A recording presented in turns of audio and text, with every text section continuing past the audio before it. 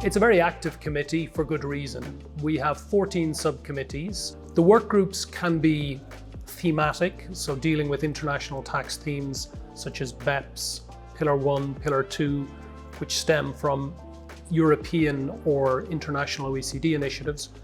The work groups can also be national specific. So for example, we have a work group focusing on UK tax, on German tax, on Austrian tax, on Swiss tax. Everything around digital taxation and the OECD work on what are called Pillars 1 and Pillar 2.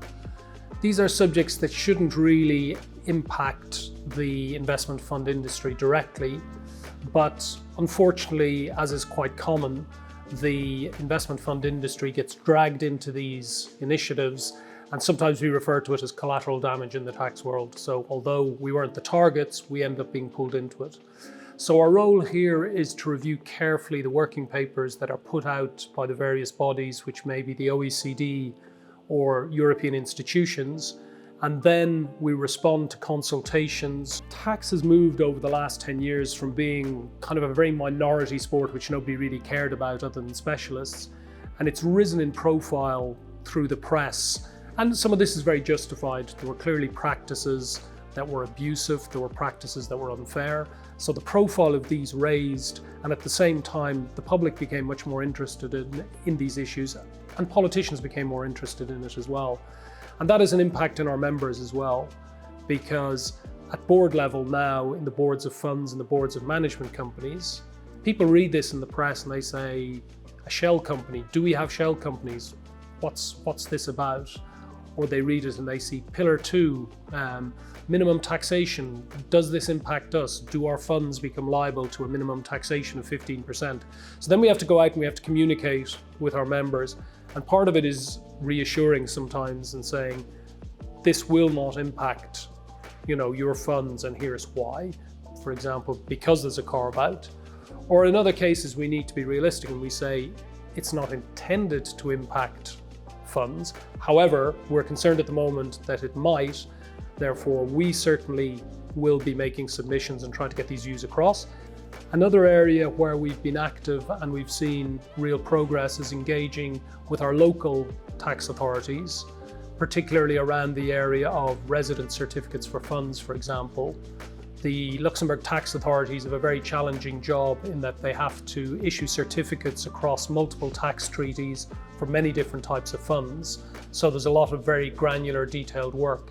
And here what we've tried to do is discuss with them very openly what the issues are, and sometimes these are very simple administrative issues, what kind of paperwork our members submit, and what kind of issues they're confronted with, and how we can make that process simpler. Tax policy internationally is very complex at the moment for a number of reasons. The first big reason is that the profile of tax has risen exponentially over the years. The consequence of that is that to some extent we see a type of tax populism. There's some headlines, politicians react, and sometimes the results aren't ideal. The second reason why things have got more high profile is that frankly there's also budgetary constraints. We've come out of a financial crisis, we've hit a series of issues, so all governments are looking for money. So what we're trying to do is to craft solutions and proposals that are consistent with international policy and at the same time maintain Luxembourg's attractiveness. Now this has to be done in a very transparent and open way. It has to be consistent with OECD rules, with European Commission rules, but nonetheless we believe Luxembourg can still craft tax policies that make sense for our industry and that make sense for Europe and internationally as well. Sometimes it can seem that all the tax news is bad news. That's fortunately not the reality. There are some good things out there happening and there are some positive things on the horizon. One area is around subscription tax in ECG funds. Another area which is just starting is around the area of withholding tax recovery in Europe. And this is a subject that's been discussed over the years, and in many ways it's an efficiency subject. It's quite granular. The reality is funds don't recover the withholding tax they should. Therefore, that drags on returns to investors. And here the European Commission has issued a request for consultation, asking us and other bodies for our opinions around how to make withholding tax recovery more efficient. And from discussing with members of the Commission, I do see this as a genuine attempt to improve this. So I can't promise anything in the next 12 months, but we are working hard on this, and that hopefully over the next few years we can significantly improve this particular area of tax.